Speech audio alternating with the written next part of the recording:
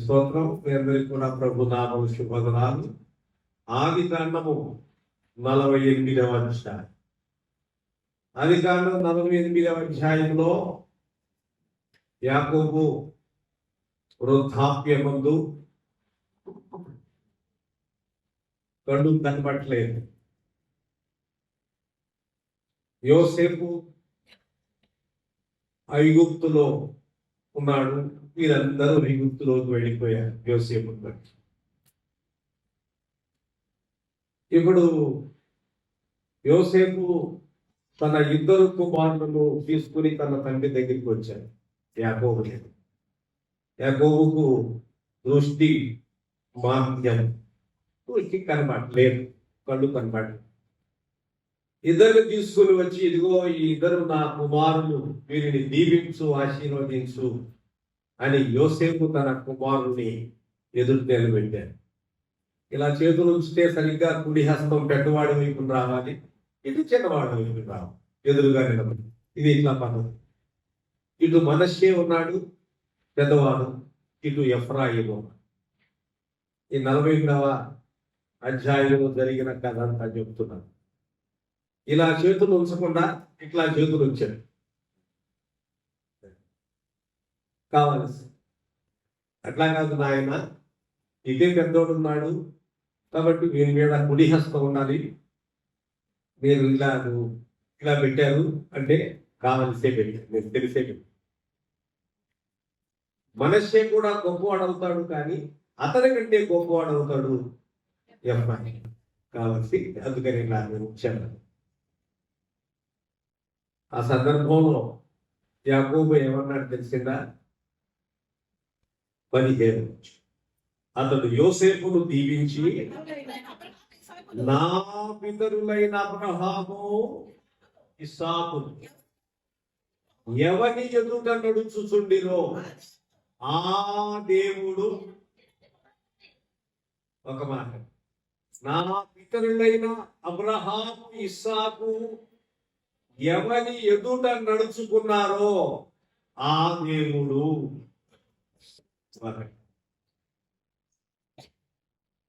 ఎవని చేత నడిపించబడ్డారో, ఎవని ఎదుట నడుచుకున్నారో ఆ దేవుడు.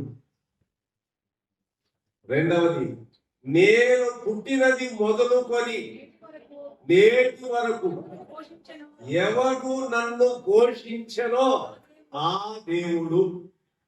వినండి, అనగా సమస్తమైన కీడులలో నుండి నన్ను తప్పించిన దూత ఈ పిల్లలను ఆశీర్వదించునుగాక.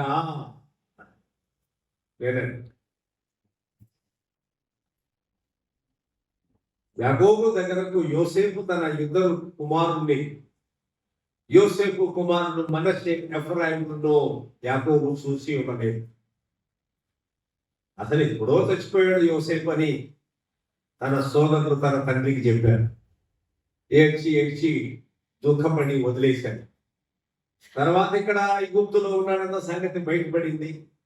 ఆయనే వీరికి ఆహారం ఇచ్చిన సంగతి బయటపడింది. చివరికి అంతా బయటపడిన తర్వాత ఆయన తీసుకురండి అని చెప్పడం జరిగింది. బాగానే ఉన్నాం. ఇప్పుడు ఆ యాకోబు ఏమంటున్నాడంటే, ఆ యాకోబు దేవుడు, లేకపోతే నా పితరుల యొక్కటువంటి అబ్రహాము ఇస్సాకుల దేవుడు ఉన్నాడే, ఆయన ఎవరి ఎదుట నడుచుకున్నాడు జాగ్రత్తగా, ఆ దేవుడు. రెండవది, నేను పుట్టినది మొదలుకొని నేటి వరకు నన్ను పోషించిన దేవుడు, పోషించిన ఆ దేవుడు. ఆయన మా తాతగారు అబ్రహాము, తండ్రి ఇస్సాకు, వారిరువురు ఏ దేవుని ఎదుట జాగ్రత్త కలిగి నడుచుకున్నారో ఆ దేవుడు. నేను పుట్టినది మొదలుకొని నేటి వరకు నన్ను పోషించిన దేవుడు. ఎవరన్నా కలిపేమనుకోండి, ఏమండి దేవుడు నిన్ను పోషిస్తానా, తీసుకొచ్చి నోట్లో పెడతాడా అనవు. బుద్ధి ఉంటే అన, బుద్ధి లేకుండా అంటాడు. ఎందుకంటే చెప్పమంటారా, ప్రతి బుద్ధి లేని వాడు కూడా ఆ మాట అంటాడు. ఏమని? ఆయన నోట్లు పెట్టారా? నోట్లు కూర్చుంటే పని చేయకుండా ఉంది. అవును, మరి కొంచెం వెనక పని చేసుకోవడానికి వీలు లేకుండా ఆరోగ్యం కనుక ఎక్కడైనా తేడా వస్తే నువ్వు 3 నెలలో 3 సంవత్సరాలు మంచం మీద పడి ఉండాల్సి వస్తుంది. అప్పుడు ఏం చేస్తావు? అయ్యో మాట్లాడదాం వాస్తవం. కూర్చుంటే భోజనం వస్తుందండి. పుట్టిన మొదలు కేంద్రాలు ఏమన్నా అవుతామని దరిద్రత పోలేదుగా. అయ్యో మాట్లాడదాం. కాబట్టి దేవుడు పుట్టింది మొదలుకొని నన్ను పోషిస్తున్నాడన్నాడు. వ్యవసాయం చేయకపోతే, వ్యాపారం చేయకపోతే, ఏమండి, ఏదైనా ఒక పనిపాటు ఉద్యోగం చేయకపోతే, ఏదైనా పని చేసుకోకపోతే భోజనం ఎక్కడి నుంచి వస్తుంది? అంతేగా అనేది మనం వాస్తవం కరెక్టే. వ్యవసాయం చేయకపోతే, వ్యాపారం చేయకపోతే, ఉద్యోగం చేసుకోకపోతే, పనిపాట్లు చేసుకోకపోతే భోజనం ఎక్కడి నుంచి వస్తుంది? మరి యాకోబు ఏమంటున్నాడు? నేను పుట్టినది మొదలుకొని నన్ను పోషించిన దేవుడు అది. ఇప్పుడు నేను పుట్టింది మొదలుకొని నన్ను పోషిస్తున్నాడు. ఏం పని చేయట్లేదు ఈయన. మరి యాకోబు పని చేస్తా లేదా? అదే కదా. కాబట్టి నేను పుట్టింది మొదలుకొని నన్ను పోషించేది ఆయనే. నేటి వరకు నన్ను ఏ దేవుడు పోషించరో ఆ దేవుడు అనగా సమస్తమైన కీడులలో నుండి తప్పించిన దూత ఈ పిల్లలను ఆశీర్వదించునుగాక. వినండి, నేనేం ఆశీర్వదించగలను? అదే నేనేం దీవించగలను? నా మనవల్ని అనుకున్నాడు ఆయన. యోసేపు అంటే చాలా ఇష్టం యాకోబుకి. కాబట్టి యోసేపు తన పిల్లల్ని ఇద్దరు తీసుకుని వస్తే, ఏ దేవుడైతే అబ్రహామునకు ఇస్సాకునకు తోడుగా ఉన్నాడో, ఏ దేవుడైతే అబ్రహామును ఇస్సాకును పిలిచాడో, ఏ దేవుని ఎదురైతే అబ్రహాము ఇస్సాకు అనే నా పితరుడు జాగ్రత్తగా నడుచుకున్నారో భయభక్తులు కలిగి, ఏ దేవుడు వారికి గొప్ప పేరు, ఆశీర్వాదం, వాగ్దానాలు ఇచ్చాడో ఆ దేవుడే నేను పుట్టినది మొదలుకొని నన్ను పోషించినవా. నేటి వరకు నన్ను పుట్టించి నన్ను పోషిస్తున్నటువంటి దేవుడు, ప్రతి కీడులో నుంచి నన్ను తప్పించుతున్నటువంటి దేవుడు. ఈ పిల్లలను ఆశీర్వదించునుగాక. అది ఎవరి ఆశీర్వాదం కావాలి? దేవుని ఆశీర్వాదం కావాలి. ఇంకో ముఖ్యమైన సంగతి, యాకోబు ఏం కోరుకుంటాడంటే ది లెగసీ అంటే వారసత్వం. ఎవరి వారసత్వాన్ని కోరుకుంటూ ఉన్నాడు అంటే తన పితరుల యొక్క భక్తి యొక్క వారసత్వం. మనం కూడా ఒకవేళ వారసత్వము, భక్తి కలిగినటువంటి వారి యొక్క వారసత్వం కోరుకోవడం మంచిది. వారి ఆశీర్వాదం కోరుకోవడం మంచిది. వారి యొక్క భక్తిహీనత కోరుకోకూడదు. మళ్ళీ ఇతరులు భక్తిహీనులు అనుకోండి, వాళ్ళ ఆస్తి కోరుకుంటే కోరుకున్నారు, తప్పులేదు. వాళ్ళ భక్తిహీనత కోరుకోమాక, పాడైపోతాం. మీకు అర్థమైందా? యాకోబు ఏం కోరుకున్నాడు? ఏ లెగసీ కోరుకున్నాడంటే, ఈ పిల్లలు మా తాతగారు, మా నాయన, వాళ్ళు ఏ దేవుని ఎదుట జాగ్రత్త కలిగి నడుచుకున్నారో, ఏ దేవుని ఎదుట భయభక్తులు కలిగి వారు జీవించారో, ఏ దేవుని ఆశీర్వాదం వారు పొందారో, ఏ దేవుని మేలు వారు పొందారో, ఆ దేవుని యొక్క ఆశీర్వాదం ఈ పిల్లల మీద ఉండదు. ఎంత అద్భుతమైన మాట. చాలాసార్లు అంటే మనం అనుకుంటాం దేవుడు పోషిస్తారని. ఒక మాట మనం 78వ కీర్తనలోనికి వెళ్దాం.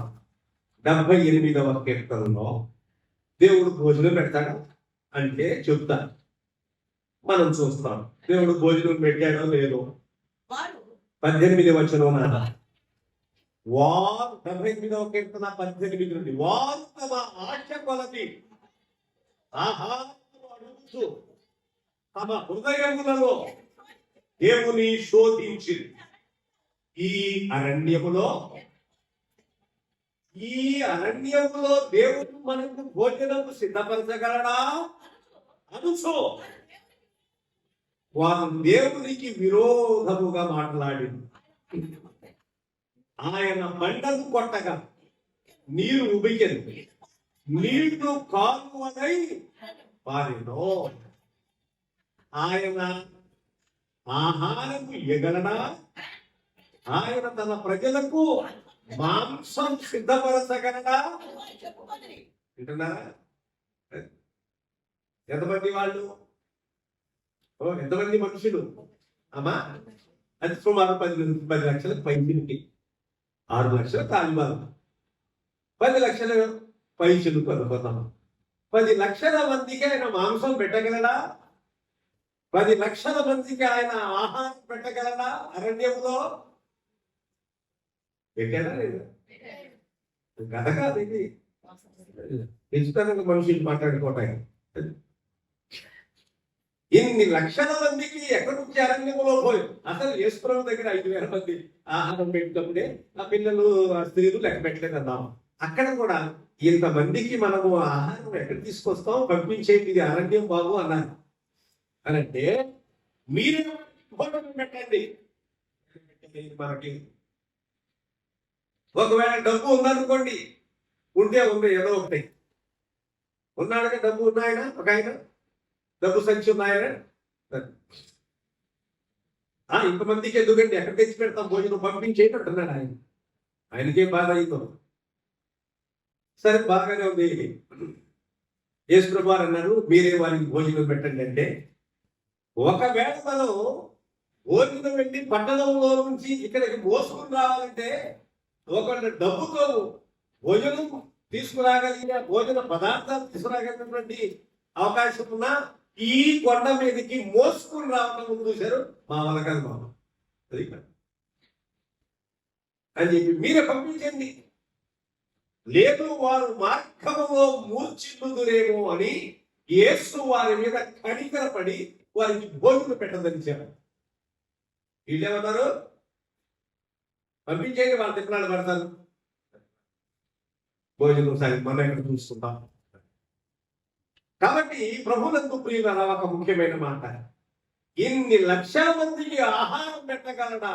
యాకోబు అన్నాడు, నేను పుట్టినను మొదలుకొని నన్ను పోషించిన దేవుడు.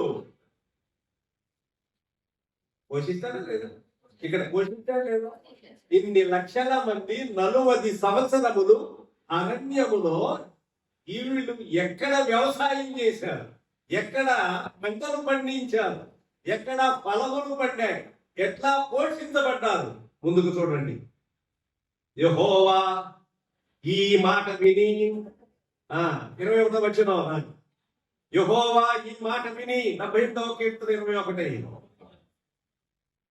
కోపగించను, యాకోబు సంతతిని దహించి వేయుటకు అగ్నిరాజెను, ఇశ్రాయేలు సంతతిని హరించి వేయుటకు కోపం పుట్టెను, వారు దేవుని యందు విశ్వాసం ఉంచకపోయిరి.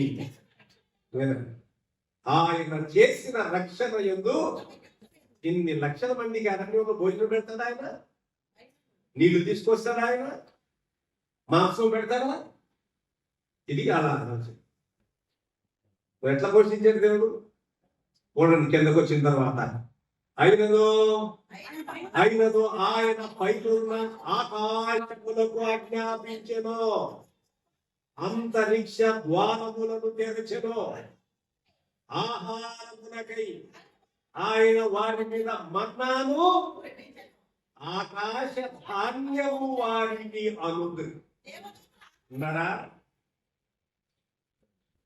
ఆయన ఆకాశమునకు ఆజ్ఞాపించను ఆకాశ ధాన్యము. ధాన్యం అనేది పంట వేస్తే పై నుంచి గోధుమలు కానీ ఎవరు కానీ వరి కానీ ఏమైనా ధాన్యం కానీ ఏవైనా పంటలు అనేవి భూమి నుంచి వస్తాయి. భూమి తన ఫలమిచ్చును అన్నాడు. పంటకు వేస్తే వస్తాయి. కానీ ఈయన ఏం కనబడుతుంది? ఆకాశ ధాన్యము అంతరిక్ష ద్వారములను ఆకాశ ధాన్యము కురిసెను అని ఉంది. మీకు తెలుసో లేదు, కొంచెం ముందుకు పోయినాక పూరేళ్ళు ఉన్నాయి చూశారు, అవి కురిసెను వర్షం లాగా పైనుండి. పిచ్చి మాట అవి పెడతాను భోజనం గుడికి వస్తే నాకు ఎక్కడికి వస్తాయి, పని చేసుకుంటే కానీ నాకు డబ్బులు వస్తాయి, కానీ చర్చికి వస్తే నాకేమో వస్తుందా అంటాము. నాకంటే అసలు నీకు అసలు నువ్వు విశ్వాసమే కావాలి. పెద్ద పిశాచి, మామూలు పిశాచి కాదు, గట్టిగా పెద్ద పిశాచి సైతాను. నీళ్ళు పెద్ద సైతాను. మనం సైతాన్ని గురించి మాట్లాడుకోవాలి, కానీ పెట్టుకొస్తున్న పదానికి సైతాన్ ఉందంటారు. మనం కూడా ఒప్పుకోవాలి, సైతాన్ ఉంది నీకు, పెద్ద సైతాన్. లేకపోతే ఏంటండి, దేవుడు ఈ ఆకాశం భోజనం పెడతాడు. ఎక్కడ తీసి పెడతాడు? మాంసం కూడా పెడతాడా? యాకోబు ఎంత మాట అన్నాడు. అందుకనే పుట్టింది మొదలుకొని నన్ను పోషిస్తున్నాను దేవుడు. నేను పుట్టినది మొదలుకొని మొదలు తల్లి వడిలోనా కూర్చుండినది మొదలు గర్భమునకు తినది మొదలు తల్లి వడిలోనా కూర్చుండినది మొదలు నేను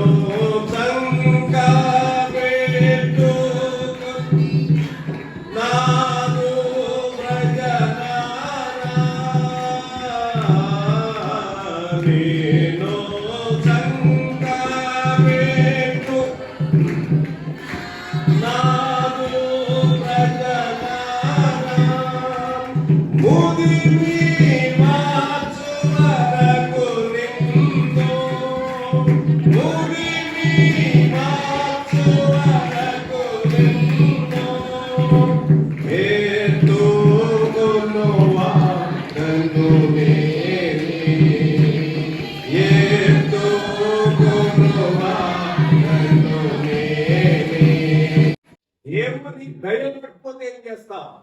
దేవుడు ఆరోగ్యం ఏం పని చేస్తావు? అసలే మనిషి లేకపోతే ఏం చేస్తావు?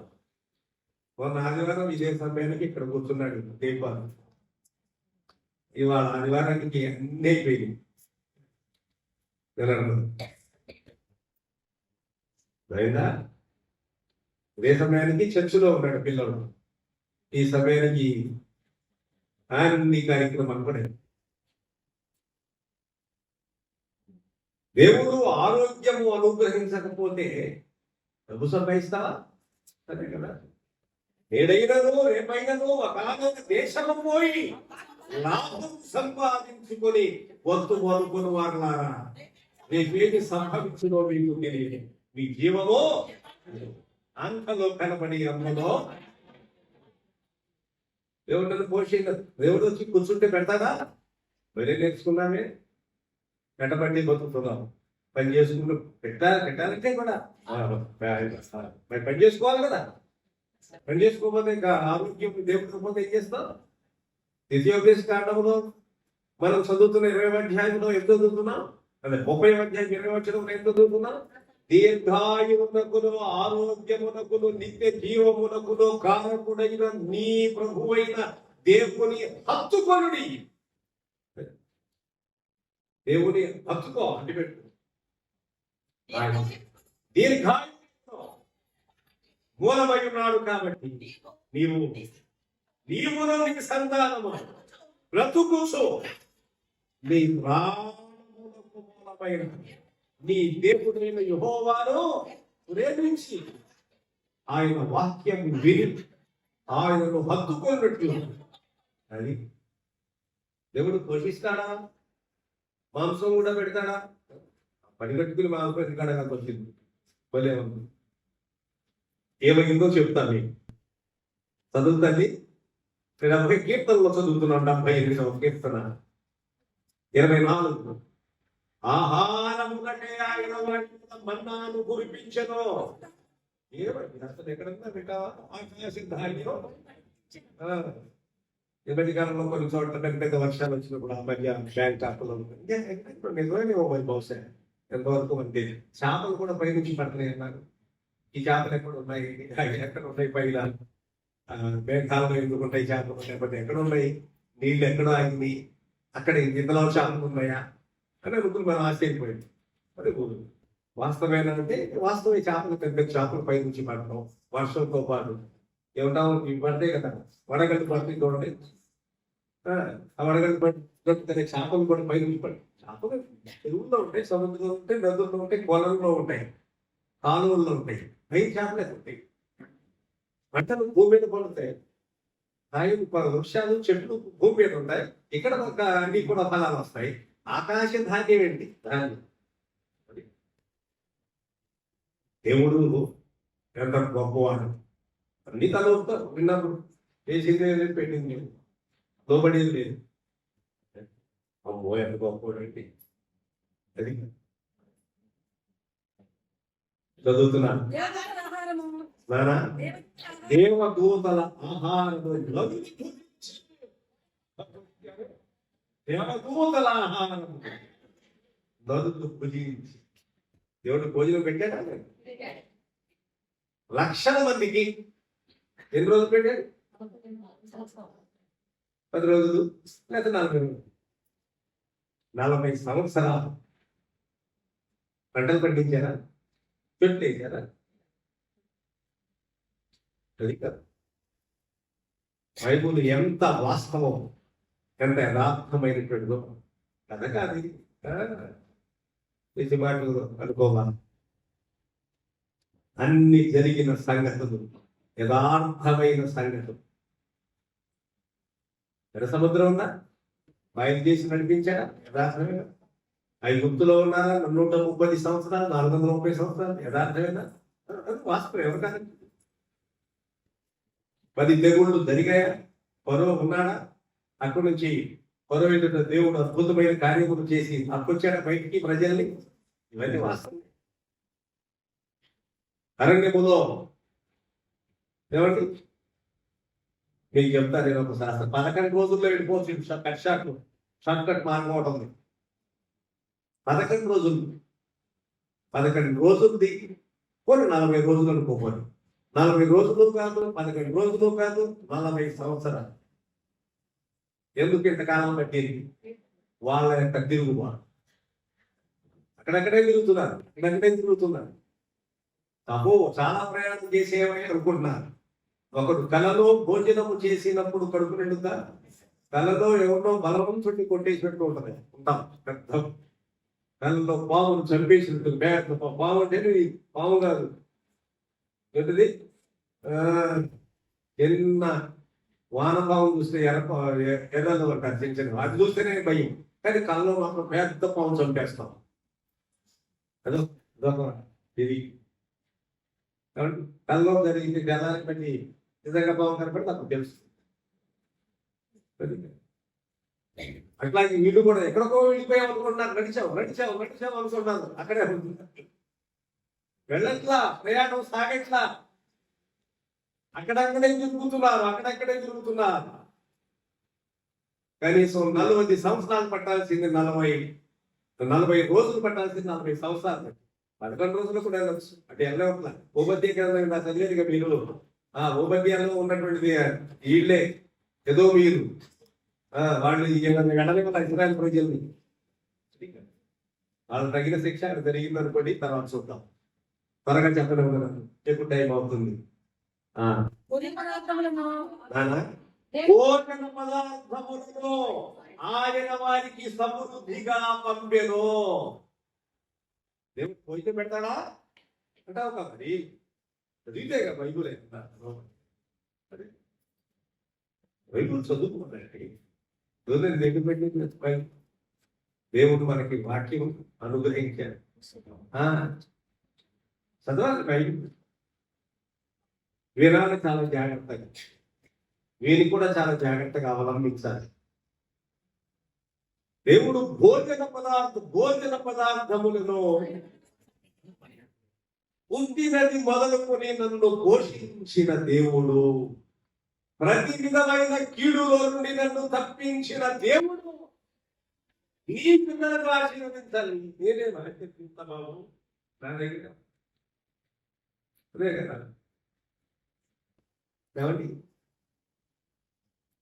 కాబట్టి దేవుని ఆశీర్వాదము పిల్లలకు లెగసీగా వారసత్వంగా కలగాలి అంటే వారి భక్తి కలగాలి. భక్తిహీనత కూడా కాదు. తండ్రిదైనా తల్లిదైనా, తల్లే కావచ్చు తండ్రి కావచ్చు, భక్తిహీనతగా మాత్రం అంటున్నాం అంటే నీకు కీడే. తల్లినే కావచ్చు తండ్రినే కావచ్చు, అమ్మ వాళ్ళ భక్తిహీనత రాదు, అది దూరంగా చూడవచ్చు.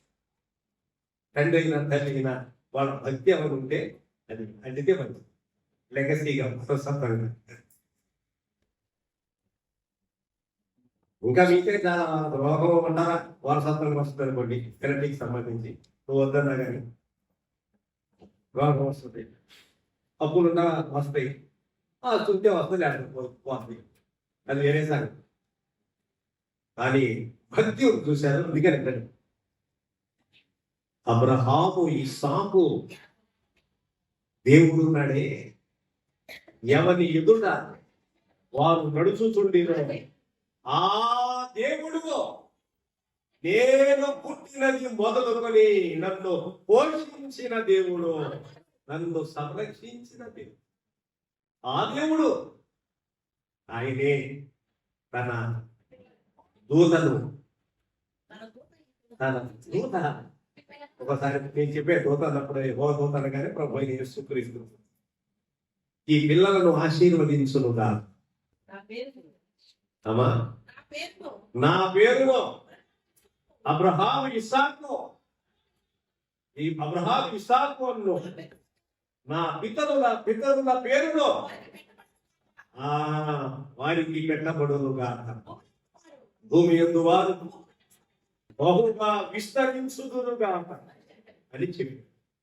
కాబట్టి ప్రియమైన దేవుని పెట్టినారు, దేవుని ఆశీర్వాదం మనం పిల్లలకు వారికి కలగాలన్నప్పుడు భక్తి, విశ్వాసం, దేవుని ఎందుకు భయం అవి ఉన్నాయనుకోండి. చూడండి, ఇదే యోసేపు గురించి, ఈ యోసేపు అవి ఉన్నాయి కాబట్టి దేవుని ఎందుకు భయభక్తులు కలిగి ఉన్నాడు కాబట్టి పరాయి దేశములో కూడా యోసేపు వర్ధిల్లాడు. యోసేపు ఫలించడి కొమ్మ, ఊట యొక్క ఫలించడి కొమ్మ. ఉద్యోగం ఉండవచ్చు, వ్యవసాయం ఉండవచ్చు, వ్యాపారం ఉండవచ్చు, తెలివి ఉండవచ్చు, అన్నీ ఉండవచ్చు, ఉండాలని కోరుకోవాలి. కానీ అసలైన ఆశీర్వాదం ఏంటి తెలిసిందా? ఏ దేవుడు విశ్వమంతటికి సృష్టికర్తం, ఏ దేవుని వలన మనం భూమి మీద ఇప్పటి వరకు ఉన్నాము బట్టిగా అర్థమవుతుంది. ఏ దేవుడు సమస్తమైన ఈ లోకమంతటికి సృష్టికర్తం, ఏ దేవుని వలన ఈ భూమి మీదకి మనం వచ్చామో కేవలం తల్లిదండ్రుల మూలంగానే కాదు వచ్చాము.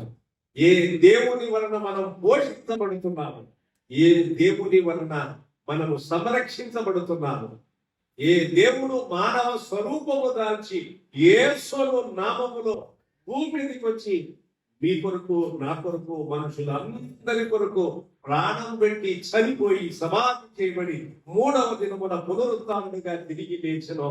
ఏ దేవుడు ఆరోహణమై వెళ్ళి మళ్ళీ నేడో రేపో రానని ఉన్నాడు, ఆ దేవునిని మనము ఆశీర్వాదం కొను.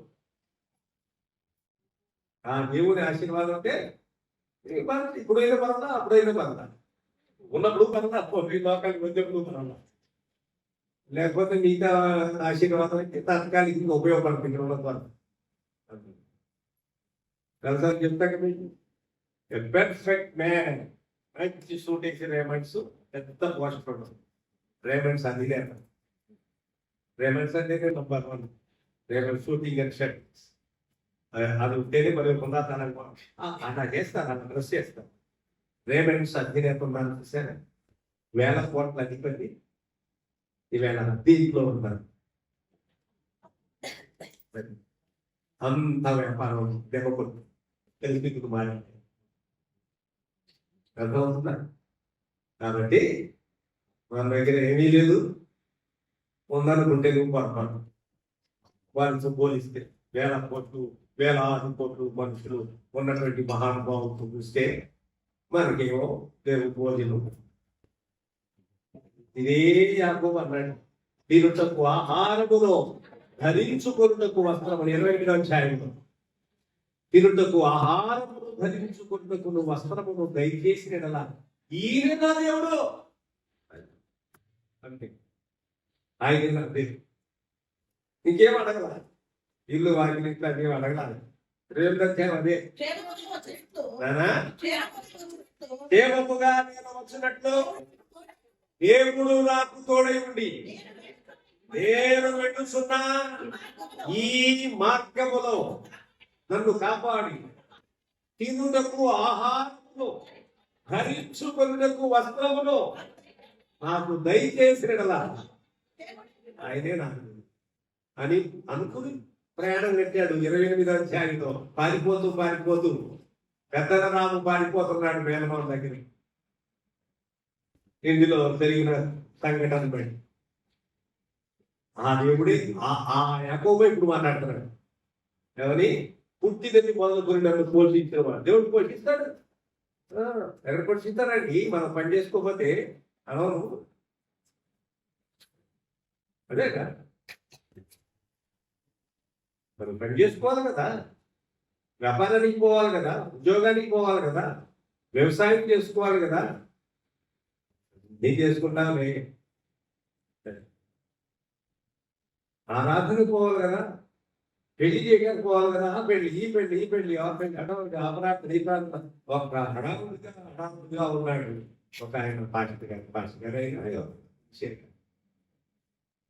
ఈవేళ ఆయన వాట్సాప్ మెసేజ్లో చూస్తే వారు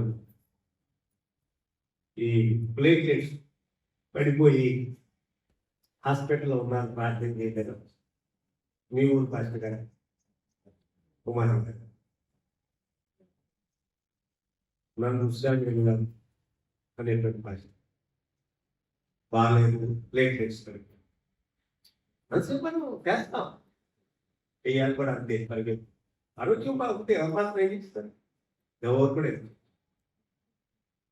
దేవుడు పోషించాలి దేవుడు సంరక్షించాలి ఆయనే భోజనం పెడతారా కూర్చుంటే ఈ మాట తెలియదొక్కుతాను అందుకంటే మూర్ఖత్వం ఎవరైనా సరే సాధారణమైన విద్యైనా పేద ఉద్యోగి అయినా ఒక సేవకుడైనా ఒక సగటు విశ్వాస అయినా ఎవరైనా సరే బాగా సరే పాపల శక్తి వచ్చే లేకుండా పనిచేస్తాం బాగలేకపోతే ఎవరైనా ఏం చేయలేదు అందుకని సులభం అంటాడు భూమి మీద నువ్వు చేయవలసినది శక్తి వంచన లేకుండా చెయ్యి అక్కడికి వెళ్ళినా నువ్వు చేసేది ఏమి లేదు అక్కడ కూడా ఏమన్నా దుకాణం పెడతావా అక్కడే లేదు అక్కడ కూడా వ్యాపార వ్యవసాయం ఏమన్నా చేస్తావా లేదు త్వరగా ఒక్క మాట చెప్పలేము ఆకాశమందు 26వ వచనం ఆకాశమందు తూర్పు గాలి ఆయన విసర చేశారు తన బలము చేత దక్షిణపు గాలి రప్పించను ధూళి ఎంత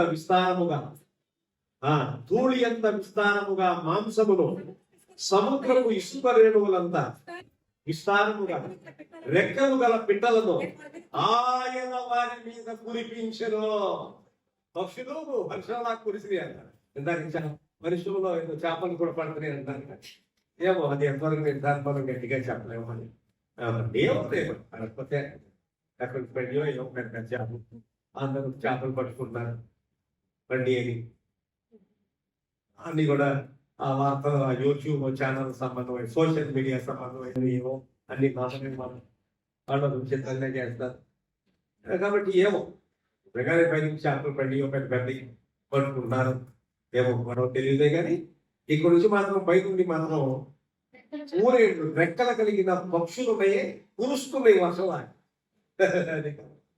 ఆకాశ ధాన్యము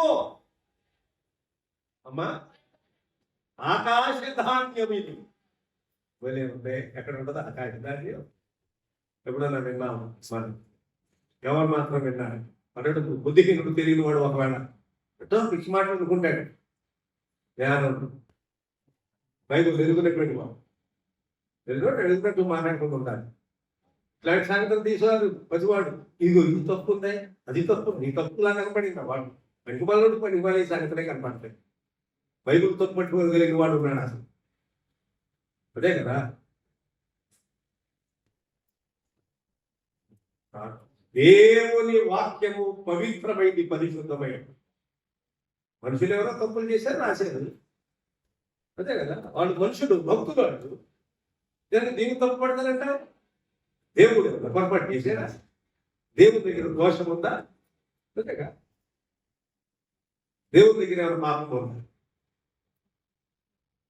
కాబట్టి త్వరగా ఒక మాట చెప్తాను నాన్న. వారి ధూళి ఎంత విస్తారముగా మాంసము, సముద్రపు ఇసుక రేణువులంత విస్తారముగా రెక్కలు గల పిట్టలను వారి దండు మధ్యలో వారి నివాస స్థలము చుట్టూలో ఆయన వాటిని ప్రాణ చేశారు. 29 బెదిరించారు. వారు కడుపారా తిని తనిసి వారు ఆశించిన దానిని ఆయన అనుగ్రహించారు. వారి ఆశ తీరక మునుపే ఆహా ఇంకా వారి నోళ్లలో ఉండగానే దేవుని కోపము వారి మీద దిగాడు. వారిలో ఫలిసిన వారిని ఆయన సంహరించను. ఇశ్రాయేలులో యమదులలో మీరు ఎంత అయినా చాలా 72 చరణాలు ఉంటాయమ్మా. 72 కీర్తన, పెద్ద కీర్తన. 36 చరణం ఒకసారి చదవండి. కాకపోతే 36 అయినను వారి హృదయము ఆయన స్థిరముగా, ఆయన నిబంధనను వారు నమ్మకముగా కైపడి.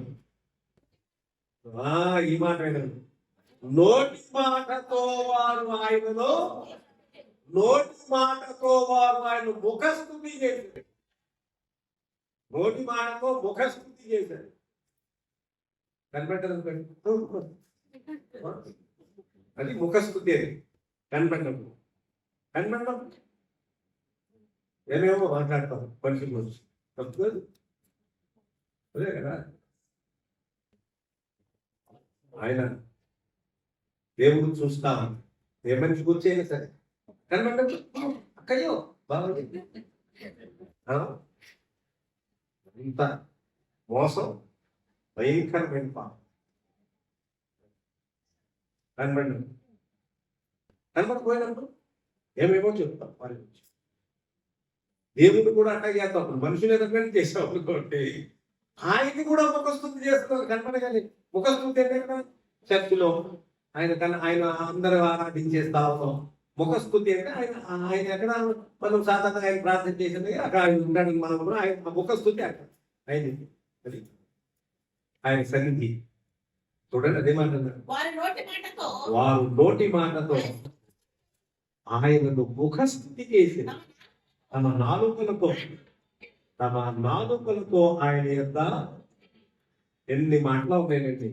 40 కూడా చదువుతున్నారు. 40 అరణ్యమున వారు ఆయన మీద ఎన్ని వారులో తిరుగుబడి ఆయనలో ఎన్ని మార్పు దుఃఖం పెట్టింది. మాటికి దేవుని నువ్వు ఎన్నిసార్లు దుఃఖం పెడతావు, ఎన్నిసార్లు మాటికి వంగుతున్నా మీద ముఖస్థుతి చేశారు. నోటి మాటతో కాబట్టి పని ఏదైనా ఉంటే ఖర్చు లేని పని ఏదైనా చెప్పండి అంటాను. ఉన్నదంతా ఖర్చుకోలేము, అది కూడా చెప్తున్నాను. ఏదైనా ఉంటే ఖర్చు లేని చెప్పండి అంటే భక్తి లేదు. ఏది ఉన్నా ఖర్చుతోనే ఉంది. సమయం ఖర్చు కాదు. పని మానుకు రాలా, మీరు గుడ్డి మానుకు రాలా. నాశనం గారు ఎక్కడికో వెళ్ళాలి, మరి రాలా. ఏదో మీరు దూరం తొలుకుని వచ్చారు, ఎవరో ఏదో కొంతమంది అంటారు, అందరు ఇక్కడ ఉండమంటారు. పనులు తొలుకుని వచ్చారు, మరి ఖర్చుతో కూడింది కానీ వ్యవహారం అంటే మీరందరూ పనులు పక్కన పెట్టి రాలా, త్యాగం చేసి ఇదే టైంలో ఇంకో పని చేస్తే డబ్బు వస్తుందిగా. మరి అంటే భక్తి అనేది అసలు ఎంతో ఖర్చు లేకుండా ఉంటుంది. ఏదో ముందు చెప్పండి అంటే అసలు ఖర్చు లేకుండా భక్తి లేదు అంటున్నా నేను. అది కాదు, భక్తే లేదు, అది భక్తే కాదు. అది రావటానికి కొన్ని త్యాగం చేసాం, దేవుడు కొన్ని ఖర్చు పెట్టడానికి ఇష్టపడుతున్నాం, అంతే కదా. కాబట్టి ఏ విధమైనటువంటి ఖర్చు లేకుండా ఏమన్నా మాటలతో ఏమన్నా అంటే చెప్పడమే భక్తి. బైబుల్లో లేదు. నీకేమన్నా కొత్త బైబుల్ రాయాలంటే చూద్దాం. ప్రపంచంలో ఒక గ్రంథం రాస్తున్నారు అనుకోండి, అన్ని మతాలకు సంబంధించి, మరి దానిలో ఏమన్నా ఉంటాయి చూద్దాం. అన్ని మతాలు జోడించి పెద్ద గ్రంథం రాస్తున్నారు, అందులో ఏమన్నా కొద్దిగా ఒక పాయింట్ చూడాలి. బైబిల్ అంట కదా, పొద్దున్న చదివేదని మనం త్యాగం, సాక్రిఫైస్, సమర్పణ, త్యాగము, సమయాన్ని, ఆరోగ్యాన్ని, అంతే కదా, శక్తిని కూడా. ఏమో ఎక్కువ మాట్లాడితే తొందరగా, ఎక్కువ మాట్లాడేవాడు గట్టిగా మాట్లాడితే గొంతుపోతేమో, ఎక్కువ మాట్లాడితే తొందరగా చచ్చిపోతాడేమో అని మాట్లాడుకున్నాను. గట్టిగా మాట్లాడితే గొంతుపోతేమో అన్నీ లెక్కేసుకుంటా. అదే కదా, ఒక్క 45 నిమిషాలు రోజుకి కనుక ఒక మాట మాట్లాడితే దానికి ఎంత ఆయుతో కూర్చో వైద్య శాస్త్రం చెప్తుంది. ఇవన్నీ లెక్కలేసుకుంటే బాబు నేను రోజు మాట్లాడినందుకు ఏమండి, మరి రోజు మాట్లాడుతున్నాను. సగటున మగ మనిషి ఎంత మాట్లాడతారు, ఆడమనిషి ఎంత మాట్లాడతారు అని లెక్కేసుకుంటే, మగ మనిషి కంటే ఆడమనిషి సగటున రోజుకి 25,000 మాటలు మాట్లాడతారు. 25,000 సగటు. 50 పురుషుడు 25,000 మాట్లాడతారు. దానికే మీకు అనారోగ్యం రావాలి. ఇంకా బట్టి వచ్చేది ఏముందని, అదే కదా, వస్తే దానికే రావాలి. నేను బట్టి పాటలు పడినందుకు ఏమో వస్తుంది, అంటే పద్యాలు చదివినందుకు ఎందుకు వస్తుంది. నేను పద్యాలు చదువుతున్నాను, లోకాలు కేటాలండి అయ్యే పద్యం. దీనికేమో రావట్లేదు. వాడు బాగా దేవుడు మాట్లాడు త్వరగా ముగిస్తారు. 2 మాట వారు దేవుని మాటి మాటికి శోధించి నోటి మాటతో వారు ఆయన ముఖస్థుతి చేసేది. తమ నామతో ఆయన యొక్క అరణ్యములో ఎడారి ఎందు ఆయనను ఎన్ని మానులో ఇప్పుడు మనం ధైర్యం విశ్వాసంతో బట్టి ఒక్కసారి వెనక్కి వెళ్ళి మాట్లాడదాం. ఆదికాండం 48వ అధ్యాయంలో ఆ 1 ఒకసారి అతడు యోసేపును చూసి, యోసేపును దీవించి నా పితరులైన అబ్రహాము, ఇస్సాకు ఎవరి యొద్ద నడుచుచుండేదో ఆ దేవుడు సృష్టికర్త అయిన దేవుడు, ఆ దేవుడే మా తాతగారి దేవుడు, ఆ దేవుడే మా నాయన దేవుడు.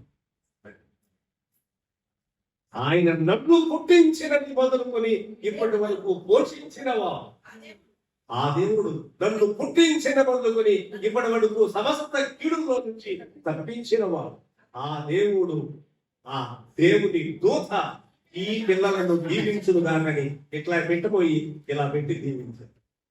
ఈ మనిషి కూడా పెద్దోడు అవుతాడు, కానీ ఈయన కంటే ఇంకా గొప్పవాడు అవుతాడు అని గుడి చెయ్యి ఇటు పెట్టి పొందుతాను.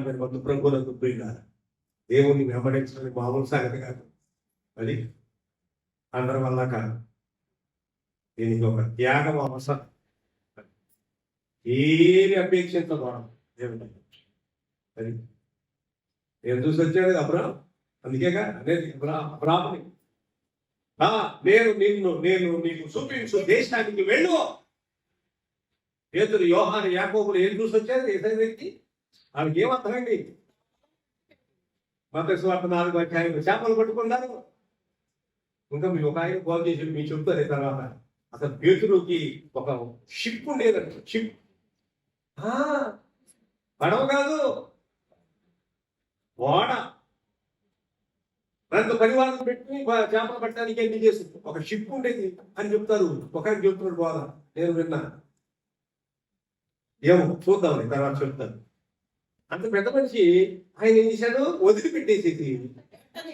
ఎక్కడ మనం అనుకుంటా ఊరికే ఉత్తా చేపలు పట్టి పుట్టలను ఆ వలలు వదిలేరు అనుకుంటున్నాం. కుటుంబాలు ఉన్నాయి, షిప్పే ఉండేదంట. పరివారం ఉండేవి చేపలు పట్టడానికి లోపలికి పోయి ఎన్ని రోజులకు వచ్చాము.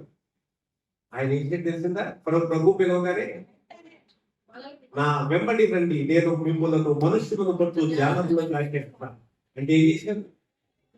Immediately they left their nets and followed Jesus. వెంటనే వారు తమ వలలు విడిచి యేసును వెంబడించారు. ఏం బతుకుతారు? ఏం చేస్తారు? ఎవరు పోషిస్తారు? ఎట్లా పోషించబడతారు? భోజనం ఎక్కడికి? భార్యను ఎవరు చూస్తారు? పిల్లలు ఎవరు చూస్తారు? తల్లిదండ్రులు, ముసలి వారు, పెద్ద వాళ్ళు ఎవరు చూస్తారు? వీళ్ళు ఎవరు చూస్తారు? మా బతుకే జీవనమే అనుకున్నారండి. అందుకే వాళ్ళు భక్తులు అక్కడ ఉన్నారు. లేక నక్షత్రాల లాగా వెలుగొందుతున్నారు. అందుకని వాళ్ళు మహానుభావులు. కరెక్టే కదా? కొంచెం చదువుకుంటాం మనం అన్నకి. అబ్రహాం మహానుభావులు, విశ్వాసులకు తండ్రి. అందుకే వెళ్తే అబ్రహాం అంటే కుదరదు. పునరుద్ధానం జరుగుతూ మన దైనందిన విశ్వాసీకుడు ప్రభు నిరిగిన ఆ దేవుని దీవెన ఈ బిడ్డలకు కలుగును గాక. ఆ ఆశీర్వాదము, ఆ లెగసీ, ఆ భక్తి వారసత్వమే, ఆ భక్తి వారసత్వం వీరికి కలుగును గాక. ఒకవేళ దాని పని చెప్పా, ఇప్పుడు కూడా చెప్తాను. ఒకవేళ తల్లిదండ్రులు వారి భక్తిహీనత ఉందనుకోండి, ఆ భక్తిహీనత వారసత్వంగా రావాలని కోరుకోనక్కర్లా. తల్లిదండ్రుల మీద ప్రేమ ఎక్కువే, కానీ భక్తిహీనత వారు పనికిరాదు. అంతేకమ్మా. తల్లి నాకు తల్లిగా, తండ్రి నాకు తండ్రిగా, వారు ఏముందో అంతా నాకు కలుగునుగా. నా వరకు పొరపాటులో తెలుసు తెలియకో ప్రార్థనలో అదే ఆమె అన్నట్టు అన్నారు అనుకోండి, కదాస్తు గోపనట్టు ఇది అంటారుగా. అది అప్పుడు నీకు ఆ భక్తి వాళ్ళు తల్లి కావచ్చు, తండ్రి కావచ్చు. ఆస్తి వచ్చు కాకంటావా? ప్రార్థన చేసుకో, తప్పే లేదు, చేసుకో బాగా. వాళ్ళ ఆస్తి నాకు వస్తుంది కానీ, వాళ్ళ రోగం నాకు వచ్చింది కానీ అనపైన వస్తుంది. 10,000 సార్ హోమియోపతి డాక్టర్ దగ్గరికి వెళ్ళే వరకు 3-4 తరాలు 5 తరాలు అడుగుతారు. మనకు ఒక తరమే తెలియదు. మీ తాతకి, మీ ముత్తాతకి, మా తాతగారికి పెద్దవాళ్ళ, మీ తండ్రి తరఫున ప్యాట్రన్ బోత్ సైడ్ 2 సార్లు, తల్లి వైపు నుంచి తండ్రి వైపు నుంచి 4-5 తరాలు వెనక్కి వెళ్ళి అడుగుతారు ఈ రోగాలు ఎవరికైనా ఉంటాయని. మనకేం గుర్తుంటాయి? అప్పుడు కొట్టాడతారు పక్క హోమియోపతిలోని. కాబట్టి అవన్నీ రోగాలు వారసత్వంగా రావచ్చు, రాకపోవచ్చు, ఏమో అవి తెలియదు. ఈ లెగసీ ఉంటే ది గాడ్లీనెస్ ఎంత అద్భుతమైన మాట. ఎక్కువ the godliness, the legacy of godliness, దేవుని యొక్క ఏమండి భక్తి అనేటువంటి ఆ దైవిక భక్తి, దేవుని యొక్క భయభక్తులు కలిగిన ఆ వారసత్వం అది కలుగును కాక, ఆ ఆశీర్వాదం అంటే అది దేవుడు మనందరినీ ప్రతిష్ఠించును కాక.